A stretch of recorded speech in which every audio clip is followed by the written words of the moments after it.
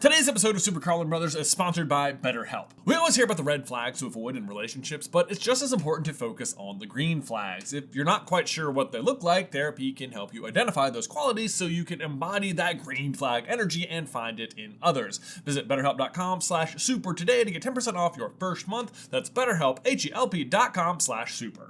Dude, I'm so excited. This is gonna be cool. I know, it is gonna be cool. I think it's gonna be fun. I know, I'm like a little cringy, like, oh no, I gotta watch myself. Hey, brother! And welcome everyone to something new. Today, we are going to be reacting to one of our old theory videos, specifically Dumbledore's Horcrux, a theory video that lives in infamy within Super Carlin Brothers because this is the one that J.K. Rowling specifically hated. Yeah, so it is so fascinating that dating back through the years, this was like one of the videos that launched the original channel. It was a huge deal. Yes. We were so excited. At the end of it, we were like, please message her on Twitter and see if it is verified. And then like one day later, headlines galore. Everywhere. Like we were panned. We were, yeah. So I have not watched this in years. I think in the back of my brain, I'm like, Fantastic Beasts was made because of this video. You know, I don't disagree. Yeah. I don't disagree because I think so much of what you're seeing in Fantastic Beasts is explaining the points that you were attempting to make inside of this video. So you're welcome, everyone, I guess. Yeah. So what we're going to be doing today is going back and watching alongside with all of you for the first time in like a decade. In a long time. I think we made this video 8 years ago. Yes, and as we go along, we are going to be pausing to dissect, to conversate, to figure out how we feel about what our thoughts were so long ago. Yes, and what is no longer true. So as we're watching, just remember, Fantastic Beasts had not come out yet. Yes. Anyway, let's dive on in. Hey, brother! Systems check. Hello. Systems. Are we speeding on all? 1, 2, 3. Camera guy 1, mic guy 2. You good over here? Yeah? You need a refreshment? Apple juice box? We good? He's thinking about it. Oh man, here we go. Hey, brother! Ben, I have been on a bit of a set. Harry Potter high recently. Like, last weekend we... This is... right away, I'm like, I've been on a Harry Potter high. At this point, we would have been mainly making Disney and Pixar movie videos. Right. And like, the occasional Harry Potter one was like, oh yeah, I guess that's one we could explore too. And it's funny that like, nowadays, it's the complete opposite. Yeah, no, it's almost funny that you need to be like, this is the thing I'm into. Just so you know, I'm like, I've been into Harry Potter a little lately. Yeah. Oh, young me. Got to go to Hogsmeade at Universal where I got this awesome notebook and this wand, which Beth says won't actually do real magic. We'll see. I'm currently re-listening to The Goblet of Fire and have just been reading a ton about Harry. What? Currently listening to Goblet of Fire. We're currently doing our Through the Gryffindor podcast read-through of Goblet of Fire. We are, so nothing's changed. Nothing's Potter changed. online and came across one particular article that really piqued my interest and asked the question, did Dumbledore create a Horcrux? Good hook. Oh, the old intro! Yay! Oh, I love The it. article in question, which I will link to down in the description, did a really good job of convincing me that Dumbledore could have made a Horcrux, but I had a big disagreement about what the Horcrux actually was. And as a quick reminder, in case you haven't reread all the Harry Potter books yet this year, a Horcrux is a Funny that I would have to remind people what Horcruxes are. Where like nowadays, I'm like, everyone knows what Horcrux is. I know, yeah. It's like, I can't tell if part of what we've done as a channel is just escalated to the point where it's like we're like a 404 class instead of like a 101 class. Right. This is like, hey, reminder, Horcruxes, but also I'm proud of your editing. Look at these assets. Look at this. I think this was before we were using movie clips in the videos too, so it's probably just a lot of still images and quotes and stuff like that. dangerous and powerful magical object used to preserve your mortality by inserting a piece of your soul into that object. Now, maybe that doesn't actually sound that bad, except the way you go about splitting your soul is by committing murder. Which immediately brings up one glaring issue with this theory. Dumbledore didn't like dark magic, and he didn't kill anyone. I can already tell you that I'm about to be like, except he did fancy dark magic once upon a time. Like going back to Deathly Hallows, or Yeah, going like, back to like when in Deathly Hallows when he was like friends with Grindelwald. Okay, That's what I think I'm about to say. I can feel myself setting you up. I see why I wanted to explain Horcruxes, because it's like it's crucial that you understand how they're made to understanding why Dumbledore might have made one. Okay. There we go. Right? Well, yes and no, but honestly, ultimately, it doesn't really matter. Allow me to explain. In the Deathly Hallows, we learn a lot about Dumbledore's past, and one event in particular stands out that seems to have changed everything for him, and that event being a scuffle between Dumbledore, his brother Aberforth, and his then friend Gellert Grindelwald. The three of them got into a fight. Oh my god, I said his name so bad on every... Gellert Grindelwald. Gellert Grindelwald, yeah. Gellert Grindelwald. Wow. That was so bad. Oh, I'm so embarrassed. I can't imagine that. We have to go back. I wonder if the comments are all just like, did he just say? Did he just... The result was the death of Dumbledore's sister, Ariana. The tricky part is they don't know which of the three of them cast the spell that killed her. Dumbledore even admits to Harry in Deathly Hallows. You see, Harry, I never knew which of us in that horrific fight had actually cast the curse that killed my sister. I dreaded beyond all things the knowledge that it had been I who brought about her death. Not merely through my arrogance and stupidity, but that I actually struck the blow that snuffed out her life. Alright, so I wasn't doing voices yet, obviously, there. Oh, I was just reading it there. And then also, nowadays, I would think that Grindelwald did know the... I guess maybe I'm about to say that. I don't know. Okay. Yes, Dumbledore may actually have killed somebody. He could be responsible for her murder. But I hear you saying Dumbledore didn't know which of them cast the spell. If he was going to create a Horcrux, he would have to know that it was him who killed her, right? Because that's how he would split his soul. So just the very fact that he doesn't know means he couldn't have created a Horcrux, right? Well, I actually don't think that's the case. I don't think knowing who cast the spell really matters. Because the fact is, regardless of who cast the spell, Dumbledore blames himself. For him, it wasn't the spell that killed her at all. It was his own neglect for his care, his resentment that he had to care for her at all. The idea that she was slowing down his very own, very ambitious plans.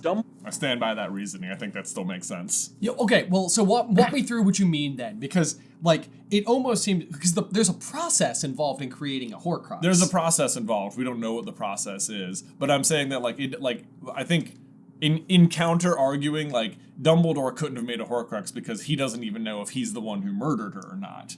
Oh, I see. Like, but it's like, it doesn't matter whether he knows if he did, because what I was saying is, like, he feels responsible for the entire situation. Regret is my constant companion. Okay. For, like, the events which I think that would still count. I would use that reasoning today in the same vein as, like, Tom Riddle used the Basilisk to kill Myrtle. Yeah, and he used Nagini to kill Snape. Nagini, kill. He didn't make Horcrux out of that one. But. Right, but Moaning Myrtle, I think, is a really good example. Yeah. Because that is one where it's like, we know that the kill came from the Basilisk, not from Tom Riddle. And Tom Riddle is responsible for it. I just remember seeing a pair of great big yellow eyes over there. He's enacted the events. But he doesn't even know she's going to be in the bathroom. I know. She comes out and surprises him. Yeah. But they said something funny. A kind of made-up language, and I realized it was a boy speaking, so I unlocked the door to tell him to go away. But so as far as Dumbledore is concerned, as far as his soul is concerned, he killed her. Right, okay. Yeah. I think. Dumbledore believed his own self-importance and arrogance is what killed his sister, an act I'm sure he would have considered evil enough to split his soul. I And can really, watch myself he trying to never gets remember over the it. words We I'm learned going to that in say. The Half-Blood Prince when Dumbledore is drinking the potion protecting the locket and just keeps screaming how everything is all his fault. Anyway, following Ariana's death, we now have a young, super magically brilliant Dumbledore who is now at his most depressed state, possibly the darkest place he's ever been. And if ever there was a time he was going to use dark magic, I think that would be it. And we actually do know he has some experience with dark magic because he believes he could have cast the curse that killed Ariana. So whether or not he actually did doesn't matter because we know he was So that means to say that like the kinds of spells that they were using could be like like he doesn't, the fact that he thinks he could have killed Ariana means that he must have been using magic that could kill. That would have been dark magic. Like, likely not Avada Kedavra, but maybe what Molly Weasley uses to kill Bellatrix. Could be, yeah. That's still dark magic. You think so? Yeah, I think so. I mean, she's pretty fired. She's pretty fired up. Pretty mad. Not my daughter! Not my daughter, you. Okay. At least using dark magic in that duel. And doesn't it just sound like young, brilliant Dumbledore to try and solve his emotional problems, not by confronting them, but with magic? Yes, it does. Yes, it does. And I also think that that very sentence could be like inspiration for the concept of the Obscurus. Because like almost, I mean, and it would be sort of like taking the example and like placing it backwards into Ariana, who we actually already have a description of experiencing an episode very similar to what we would, pair with an Obscurus like level event. Right. However, it sounds like what you're talking about, like what you're presenting before Fantastic Beasts exists, before we ever know what an Obscurus is this idea of like your magic kind of going inward and kind of becoming like almost like needed to be like spliced off. Right, meaning like taken out of you. And put somewhere else. Yeah. Now I will just as a caveat say that like before the Fantastic Beasts movies were made, and even before I think the Harry Potter books were finished being written, there was like the little Fantastic Beasts textbook thing you could buy. Oh yeah, from Obscurial Publishing. The publishing, the fictional publishing company listed in that book is Obscurus Publishing. Right, that's true. Maybe that's where the word came from, or maybe the idea was there the entire time. Possibly by literally trying to separate those feelings from his body, and what is responsible. But that's exactly what Newt does. That's what the thing in the case is. Yes, I mean he has taken the bad part out. Right, and it's just floating there, and Jacob's all like, "I want to touch it." Yeah, exactly. Okay. Step back. Anyway. For your feelings in Harry Potter. Your soul. Yes, I think whatever his intentions were, it is very possible that Dumbledore created a Horcrux, which starts to explain Dumbledore's extreme... Well, I guess I'm saying he almost did it like accidentally. He's just like trying to remove his emotions from himself, not like try to make a Horcrux, just like magically get this bad feeling out of me. Yes. I think you're absolutely right. Like it's and maybe that's where like JK's response to it was much more in the vein of like, I, the one who created this world, knows what it means to create a Horcrux, even though I've never given you all that particular piece of information. Right. But you're using interpretation to separate trauma from your physical self. And, Okay. Hatred of and weird understanding of Horcruxes. Because once he came to his senses, I think he would have really regretted this decision and not wanted anyone he cared for to ever make the same mistake he had, to split his soul and become less than a man. In The Half-Blood Prince, Slughorn tells Harry, Horcruxes are a banned subject at Hogwarts, you know. Dumbledore's particularly fierce about it. In The Order of the Phoenix, after Sirius dies and Harry is just Gonna let this siren go. I couldn't tell if it was from back then. I know. I was like, was I recording? I don't know if you can hear the siren. I was like, was I recording with the siren in the past, or is there one outside right now? Yeah. It could have been either. Except that it continued after I paused. Yes, no. Yeah. Now we know. Now we know. Verify. All right, y'all. Now we need to take a brief pause right there to give a huge thank you to today's sponsor, Shopify. I had to ask Ben to step away from the table for a moment because he can't hear how easy Shopify is to use to create new businesses. Ben, how do I put this nicely, has a lot of ideas. Sometimes maybe too many. Like he once pitched me on rental haunted houses, where if you just wanted the house for a visit to our area, you can pay an additional ghost busting fee and it comes completely free of ghostly spirits. I had to like let him down easy. So like, it's too hard to set up an e-commerce website. That's the problem. But here's the thing. It's not hard at all. Shopify makes it a breeze, plus it comes loaded with like features and amazing reports, and has lots of really good plugins that let you do all sorts of things. And it has an outstanding data center, so when reviewing our latest products over on Carlin Brothers Mercantile, it's easy to see what you guys love and what could use some love. Because hey, it's also a new year, and established in 2025 has a nice ring to it, doesn't it? So sign up for your $1 per month trial period at shopify.com/SCB, all lowercase. Go to shopify.com/SCB to start selling with Shopify today. Shopify.com/SCB. Link is in the description Down below. Speaking out, Dumbledore tells him, Harry, suffering like this proves that you are still a man. Well, that's weird phrasing. I mean, why would Harry not be a man? This is and good. why would Dumbledore know that being able to feel pain is what makes you still a man? Oh, that's really good reasoning. I'm impressed with myself for that one. Yeah, that's pretty good. You definitely you gave it some pass through there. This was a time when we didn't have any podcast or anything. All we made at this point was the main channel videos. Yes. And I had just started working full time, and I remember walking around my house all day, pacing through the backyard for days, puzzling this out. And I would speak it all out loud to myself, and then my wife would come home and I'd be like, Beth, all right, listen to this, listen to my outline, and she was just like, you've got it, this is gonna be so good, oh my gosh. So anyway, yeah, I forgot that little bit. That's solid. good. That was That's good. good. Because his soul was split, and he indeed does know what it feels like to be less than a man. So what is it then? What is Dumbledore's Horcrux? Well, the article I read suggests that the Elder Wand is Dumbledore's Horcrux, and if you want to read that theory, link in the description. But I reject this theory. I think there can be no doubt that Dumbledore's Horcrux is none other than Fawkes the Phoenix. Fawkes has This is interesting for a lot of reasons, because again, when you go back to the Fantastic Beasts saga, Dumbledore doesn't have Fawkes yet, but we learn that a Phoenix comes to a Dumbledore in need. And we see the Phoenix that comes to Credence, and it's is that Fawkes? We don't know. Right, yeah, it's there oddly is a huge amount of mystery applied around that exact subject. Right, and it's would the Fantastic Beasts movies ever have managed to separate the Obscurus from Credence? Could this been could they have destroyed it somehow? Well, yeah, exactly. If you put it in a Phoenix and the Phoenix dies, and the Phoenix comes back and the Obscurus is gone, that makes sense to me. Right. Yeah. But then even in Fantastic Beasts, you have the whole Tychodonus. Yes. Yeah, where it's return great adventure with wings from the water, and then you have the whole situation where there's the two babies at sea, and one goes underwater, and then one survives, and that one ends up being a Dumbledore, and a Phoenix comes to a Dumbledore in need, and maybe the wings from the water is a Phoenix coming from the other baby, but... Yeah, maybe he turned into a Phoenix because when Dumbledore dies and they light his tomb on fire, there's this Phoenix ghost thing that pops up out of it, and you're Yes. oh my gosh, what does that mean? What does that mean?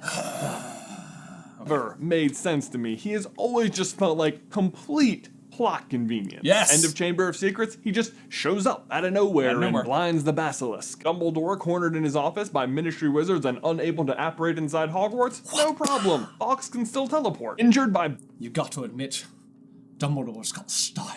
I love that line.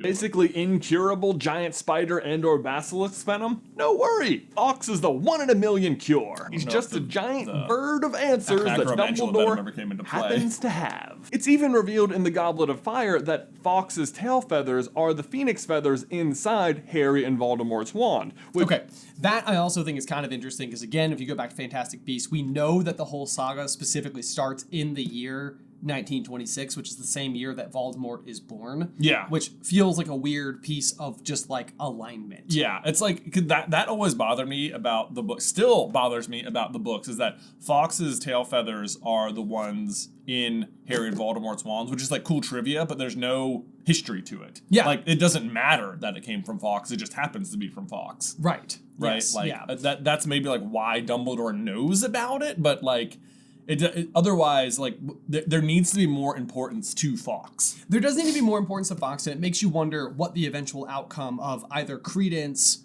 or Aurelius and his Phoenix ultimately ends up being, and whether or not that Phoenix ends up going on to be Fawkes. Which would seem shocking if it wasn't. I agree. But so then, I'm sure what I'm about to say then is that if Fawkes is the Horcrux and his tail feathers are in the wands, that the wands are also Horcruxes. Yeah, okay, let's see. Is really cool, but so what? This is completely irrelevant. Well, let me rephrase that. The twin cores are extremely relevant. They are the climax of Book 4, and Voldemort spends most of Book 7 trying to resolve the issue of the twin cores. That is an extremely relevant detail. But what's not very significant is that the feathers are from Fawkes specifically. I mean, why give us that piece of information if it's not going to be explained? Thank you. Otherwise, it's just a random bit of trivia. Just feels like an afterthought, like, oh yeah, those feathers are from Fawkes. We don't need to explain that. And it's just one more thing about Fawkes that just doesn't make sense. Unless Fawkes is Dumbledore's Horcrux. Then everything, and I mean everything, about that bird starts to make sense. Tell me and more. A bunch of other story elements really start to fall into place. Allow me to explain. Now, we don't know exactly... Said allow me to explain too many times. Yeah, we would catch that these days. Yeah, we wouldn't have done that. I would have known. You would have been in the room with me. I know, and I would have Yeah. been like, oh, too many You allow said me to that explain. too many times, yeah. Yeah, fix that. when It's Dumbledore redundant. got Fawkes, but it had to be before 1938, the year young Tom Riddle would have received his wand, because otherwise how would Dumbledore know that... Even that's interesting because we haven't quite fast forwarded that far because Fantastic Beasts I think has only spanned like 2 years time so far. Like we're not into the 1930s at all yet. Right. But at bare minimum, as of Secrets of Dumbledore, he still doesn't have the Phoenix. Right. So there we go. We're really starting to shorten the gap as to which is available between when young Tom Riddle would be 11 in 1937. I think you said 38. But, Oh, okay. yeah. Did I get it Fawkes' wrong? feathers were the ones inside Harry and Voldemort's wands. But I think Dumbledore would have owned him much earlier than that, like would have sought him out in his youth when he was obsessed with finding the Deathly Hallows and becoming Master of Death. What better pet for someone with that motive Well, than something... So that part can't hold up. He can't That have can't. sought out Fawkes that much younger. No, yeah, you're right. But I mean, that's a piece of information we wouldn't have had in the canon yet. No, we because- wouldn't have known that yet because Fantastic Beasts hadn't come out yet. Right. And Yeah. then Phoenix presents itself. So that Fantastic Beasts has undone that Right. for sure. that has basically already conquered death. Plus, I have to imagine during that time when Dumbledore was at his lowest that Fawkes would have been of great comfort to Dumbledore because of his song, The Phoenix Lament, which lifts the spirits of those... Okay, so the problem with this theory ultimately is that Fawkes, Dumbledore couldn't have had Fawkes yet when Ariana died.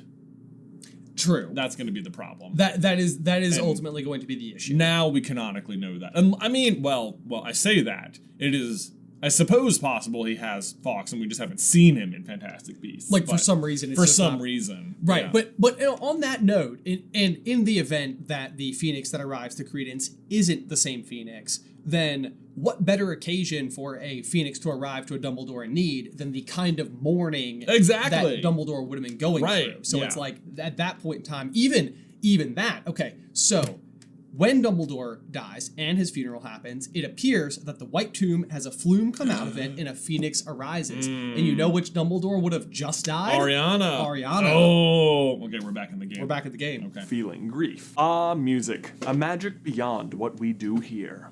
If Fawkes is Dumbledore's Horcrux, all of a sudden the end of the Chamber of Secrets really starts to make more sense. When Dumbledore is taken from the ground, You can see me look over to the script. And yeah, to do this. you would have had a sheet of paper or Yeah. like a notepad right there. right there. So the way, like now we have like a teleprompter. That's actually what we're staring at right now to watch this video. But like back then, I would just keep it on my phone and I would remember the next line, and then I would read it, and then I would go to here, and then as soon as I was done, I would put back here, And then it would immediately drain out the other ear. Yeah, right. Yes, and then you just forget everything you were going to say. Book 2, he says, I shall never be truly gone unless none here are loyal to me. Help shall always be given at Hogwarts to those who ask for it. Those words eventually manifest themselves in the Chamber of Secrets, when Harry shows Dumbledore extreme loyalty and summons...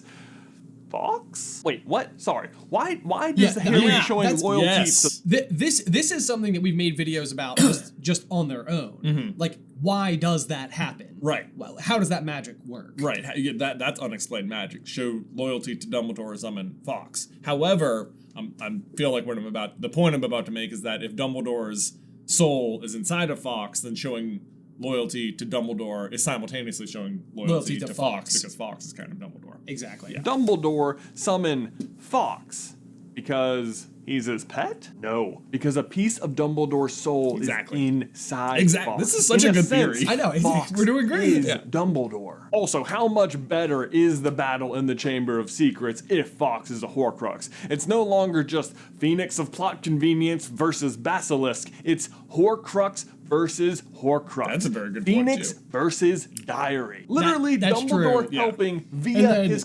even that's kind of fascinating because Voldemort's whole objective is immortality, and in this particular instance, his own monster is being defeated by an object of immortality. Right. You know, it's like, Yeah. That's pretty good. The ultimate foil. Connection with Fawkes. Plus, Dumbledore having a creature as a Horcrux makes him an even better and perfect foil to Voldemort, who also has a creature for a Horcrux in the form of his snake, Nagini. A relationship that Dumbledore recognizes almost too easily. Remember, in The Half-Blood Prince, Dumbledore spends chapters in the Pensive going through Voldemort's past, slowly revealing his reasoning and rationale for why Voldemort might choose certain specific magical objects to turn into Horcruxes. This is how he uncovers the ring, the locket, the cup, and guesses something of Ravenclaw. Nagini, on the other hand, he rationalizes in about 2 sentences. I think he is perhaps as fond of her as he can be of anything. He certainly likes to keep her close, and he seems to have an unusual amount of control over her, even for a Parselmouth. Oh my gosh. Where does Fawkes live? I know. Lives in Dumbledore's office. Keeps him close. Right, yes. Unusual amount of control, like sending him into a secret chamber he's never seen before. Because Harry felt loyalty. He's never seen before. Yeah. How does Fawkes know where the Chamber of Secrets is? Yeah. No one's ever found it, How does including Dumbledore. How does Dumbledore know what an unusual amount of control over an animal looks like? Yes. Exactly. Because he does it! Wow. Notice the similarities to Dumbledore and Fawkes. Dumbledore is extremely fond of Fawkes. He keeps him close all the time, like basically sitting right next to his desk, and also has an unusual amount of control over him, like being able to send him into the Chamber of Secrets or summon him in a battle at a moment's notice. And when Harry is surprised to learn that you can make animals Horcruxes, Dumbledore responds saying, well, it is inadvisable to do so, because to confide a part of your soul to something that can think and move for itself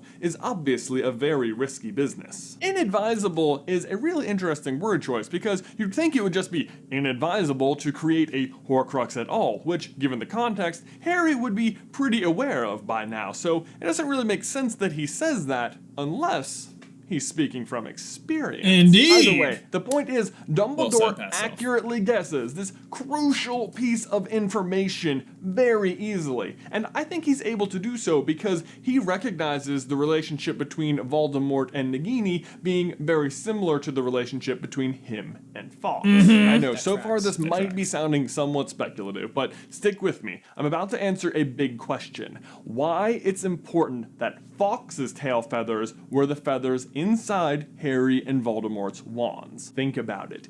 If Fawkes is a Horcrux, and he became a Horcrux before Tom Riddle or Harry got their wands, then it's possible that when he gave those 2 tail feathers to Ollivander, he also gave them a small piece of Dumbledore's soul. It makes Dumbledore, Voldemort, and Harry all connected via the wands. And you know how J.K. Rowling loves trinities. 3 heroes, Harry, Ron, and Hermione, with 3 different wand cores, dragon, heartstring, phoenix, tail feather, and unicorn hair. 3 unforgivable curses, 3 deathly hallows, and now 3 pieces of Dumbledore's soul. This also explains one really important scene, but before we get to that, let's address the other elephant in the room, which is, if Dumbledore created a Horcrux out of Fawkes, and there's some of it in each of Harry and Voldemort's wands, and Fawkes is still alive, does that mean Dumbledore could come back to life? No, almost as if on purpose. J.K. Rowling makes very sure to destroy each part of Dumbledore's soul. First, in the Order of the Phoenix, when Dumbledore's dueling Voldemort, he summons Fawkes to swallow a killing curse sent by Voldemort. Fawkes comes back to life anyway because he's a phoenix, but I believe that in that moment, the people... Yeah, that's exactly like how Harry dies. Yeah. Like, Voldemort hits him with the Vada Kedavra, Horcrux dies, Harry comes back. Here it goes. Yep. Like a phoenix. Like a phoenix. Oh, it's like symbology. Of Dumbledore's soul inside Fawkes was destroyed. We know the killing curse is strong enough to destroy a Horcrux because it's what Voldemort uses to accidentally destroy a piece of his own soul inside of Harry at the Battle of Hogwarts. Thank you. Okay, so what about the soul inside of Harry's wand? Well, that one's pretty easy. Harry breaks his wand when he's fighting Nagini in Godric's Hollow. And the fact that they're unable to repair it after the... That's kind of interesting as well, because in that particular instance, once again, it would be Voldemort destroying it by way of Nagini. By way of Nagini, yeah. Battle, I think, is symbolic of that piece of soul dying as well. And yes, I know they eventually repaired, but I think at that point, it's too late. So then I would say at that point, Voldemort's... it's like the Phoenix coming back from the ashes. Oh, yeah. The repaired wand is different from the pre... Yeah, I agree. I mean, it also literally has a phoenix feather in it. Yeah. new wand, because we don't really know what happens to it. He just discards it after he recovers the Elder Wand from Dumbledore's tomb. Is a bit of Dumbledore's soul just inside of a wand laying somewhere on the grounds of Hogwarts? Also no. I believe that piece of soul actually left Voldemort's wand long ago when Voldemort tried to murder Harry as a baby. On that night, Voldemort's spell rebounded and reduced him to basically nothing, a side effect of which was accidentally turning Harry into a Horcrux.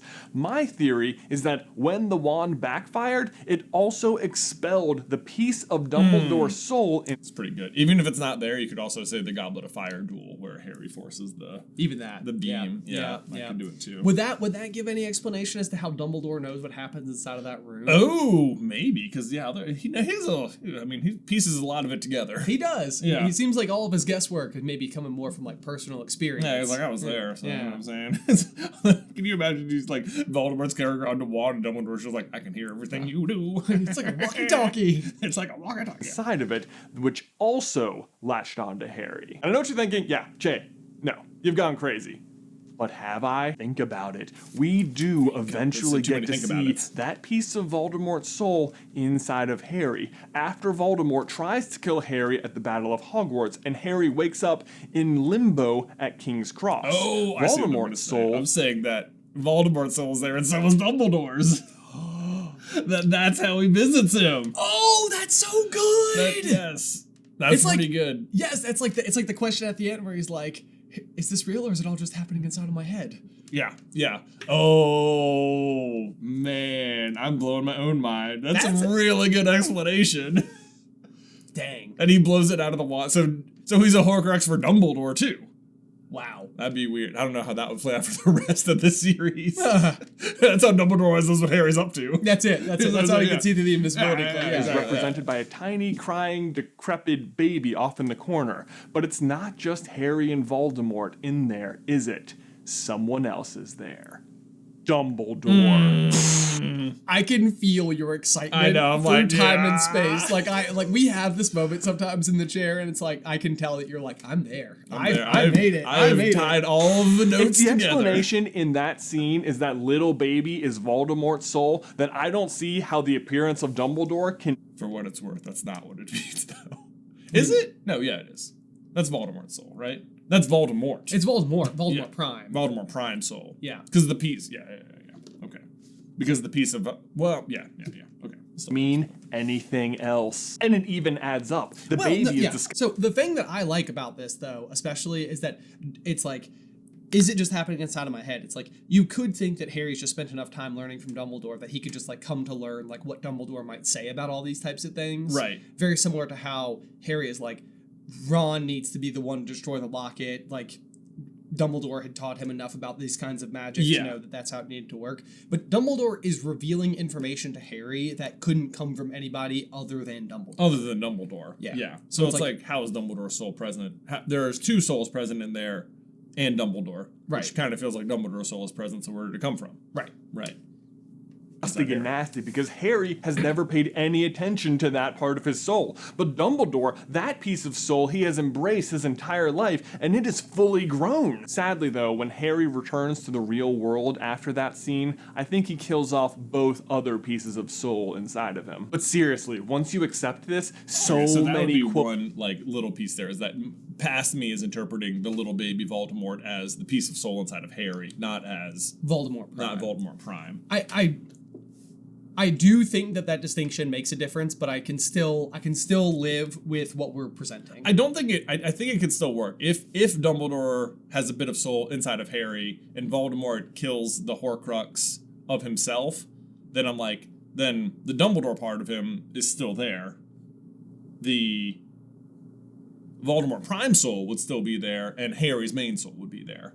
So you could still account for all three of them. Right. You would almost need to account for a second Voldemort soul being there, but that's the one that got destroyed. Right. Right. Okay.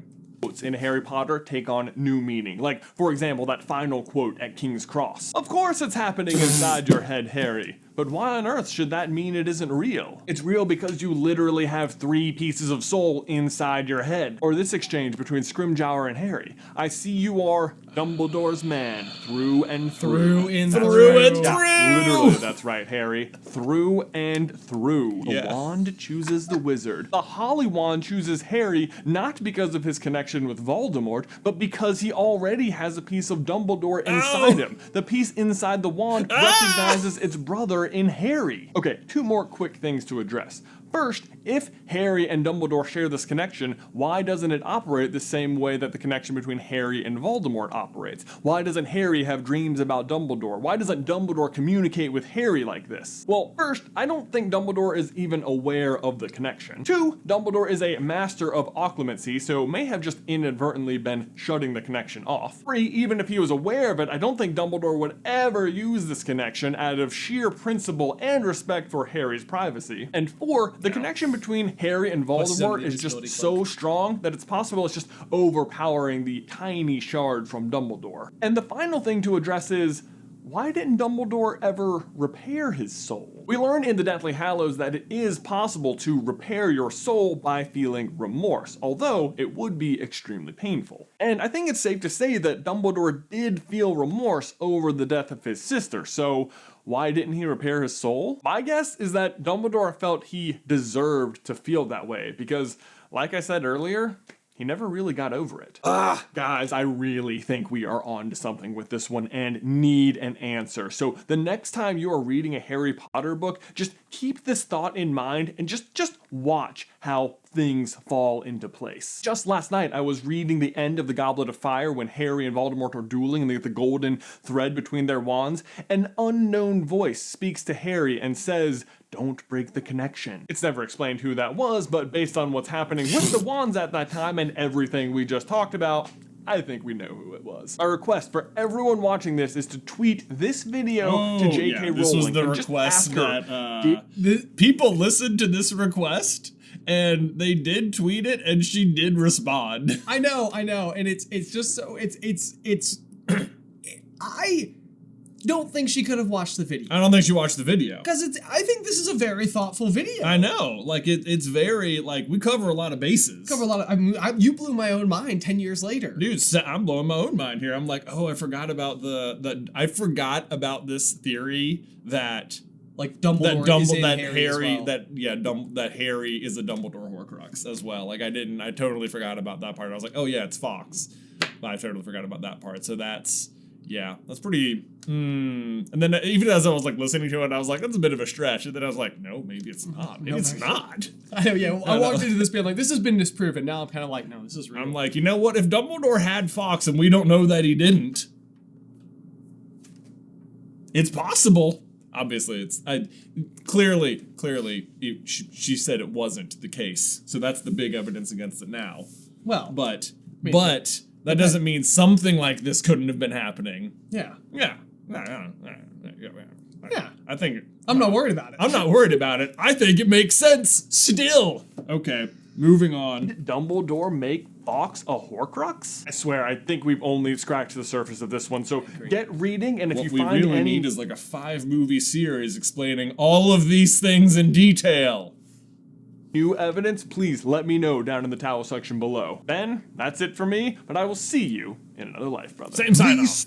Oh, these socks are amazing. Oh, look at that. Look at Socks that. are amazing. Yay. Guys, thanks for watching as always. Please leave a like on this video if you haven't already, and subscribe so you don't miss any of our future Harry Potter videos. If you want to watch some other Harry Potter stuff, you can check out this theory about whether or not Draco Malfoy is a werewolf, which J.K. Rowling actually did respond to us eventually and said, no, he wasn't, but it's still pretty interesting. Or check out this video, my defense of Slytherin. Oh, we've remade that one. Thanks guys for watching one more time, and until next time, Knox.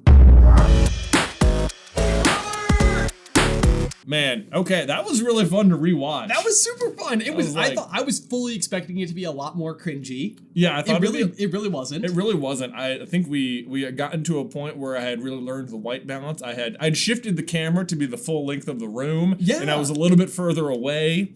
Yeah, that was pretty good. We still had the cosmic blue wall going. We have still the had the same painting. The same painting. There. The emotions are still on the wall that you have over there. Oh my gosh, you're right. They were gone for a while, but now they're back. Now they're back. Yeah. Oh, Oh man, Wow. that is so funny. That's at my old house. That's above the garage.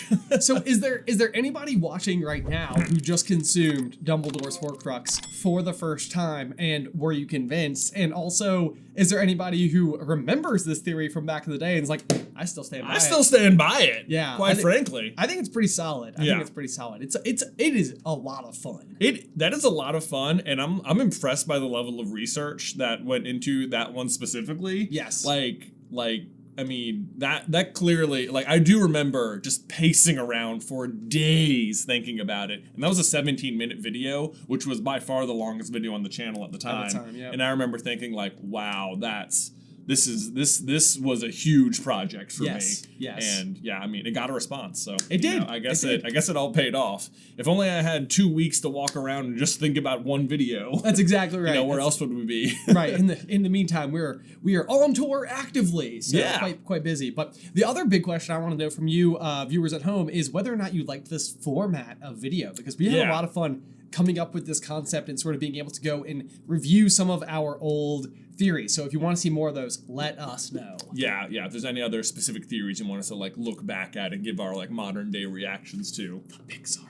The Pixar theory. Toy Story 0. Yeah, there we go. All right, guys. But I think that is everything for today. Otherwise, until next time, Bye! Knox.